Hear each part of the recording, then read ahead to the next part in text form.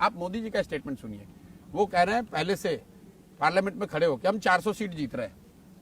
ये कहने का क्या मतलब है? ये कहने का मतलब ये है वो सिर्फ अपने पार्टी के लिए गोल सेटिंग नहीं कर रहे हैं, ये आपको साइकोलॉजिकल डोमिनेशन जो है कि अब जीत हार की कोई चर्चा ही नहीं कर रहा है। लोग ये पूछ रहे हैं कि 400 आएगा या नहीं आएगा। नहीं तो आपको लगता है कि मैं जब आपको बोला, देखिए कैसे एजेंडा शिफ्ट किया जाता है।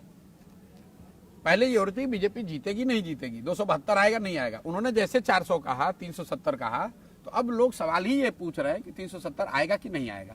हार जीत की बात ही खत्म हो गई। आप क्या सोच रहे हैं 400 नंबर मैजिक फिगर नहीं आ सकता है। ये तो मैंने पहले भी कहा है, बीजेपी के अपनी 400 सीट कभी नहीं आ सकता। ये तो कार्यकर्ताओं को दिया जाने वाला एक नारा है और एक तरह से साइकोलॉजिकल एक गेम है भाजपा का। मोदी जी ये बात कही कि बीजेपी को 370 और एनडीए 400 पार, उसके बाद से कई महीनों तक, जब तक ये चुनाव शुरू नहीं हुआ था, तो सब लोग इसी बात में लगे हुए हैं कि 400 बीजेपी की आ रही है नहीं आ रही है।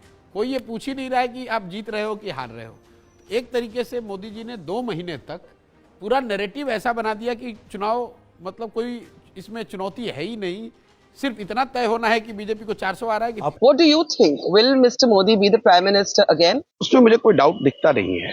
आप जो सबसे कंजर्वेटिव एस्टिमेट्स आ रहे हैं आप उनको सुन लीजिए। योगेंद्र भाई ने एक वीडियो डाला कुछ दिन पहले, मेरे मित्र हैं, और उनके एस्टिमेट को ही मान लीजिए कि योगेंद्र भाई जो कह रहे हैं भैया वही सही है। 80 सीट डाउन, तो भी वो बता रहे हैं कि एनडीए को 268 सीट आएगा, 268। इतना प्रिसाइज तो कोई एस्टिमेट कर नहीं सकता है, लेकिन एक अनुमान उन्होंने बताया कि एनडीए को 268 सीट आ रहा है। तो भाई देश में संवैधानिक प्रोविजन जो है उसमें सरकार बनाने के लिए तो 272 ही चाहिए। अब देखिए ये माइंडसेट का, बेसलाइन का कितना असर होता है। अगर मोदी जी को 268 2014 में आता तो लोगों ने कहा भाई देश में मोदी की आंधी है। आज अगर 268 योगेंद्र यादव जी बता रहे हैं तो वो कह रहे हैं भाई मोदी बिल्कुल खत्म हो गया। ये तो आपने बेसलाइन एडजस्ट कर दिया ना, और ये बेसलाइन आपने नहीं एडजस्ट किया, ये मोदी जी ने चालाकी से आपको एडजस्ट करा दिया। पार्लियामेंट में खड़े होकर ये कह दिया कि इस बार 400 पार। तो लोग एक तरीके से भूल गए कि भाई देश में सरकार बनाने के लिए 272 चाहिए, 400 नहीं चाहिए।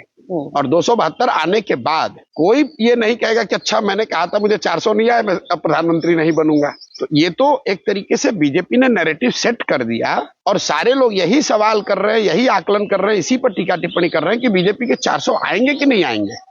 एंड आई लाफ एंड से कि भाई आप कह रहे हो कि आप बीजेपी के विरोध में हो, आप तो बीजेपी का ही प्रोपेगेंडा बढ़ा रहे हो। आपको तो ये पूछना चाहिए कि बीजेपी की सरकार आएगी कि नहीं।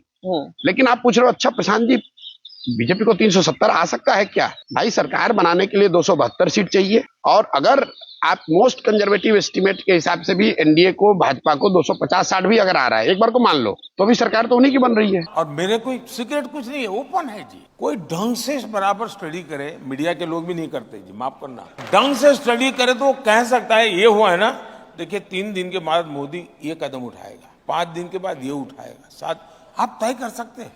लेकिन आपको तैयारी नहीं, क्योंकि आपने एक बनी बनाई परसेप्शन में जीना चाहते हो, उसी को फैलाओ और उसके अनुकूल कुछ एनेक्डोट मिल जाए तो ढूंढते रहते हो।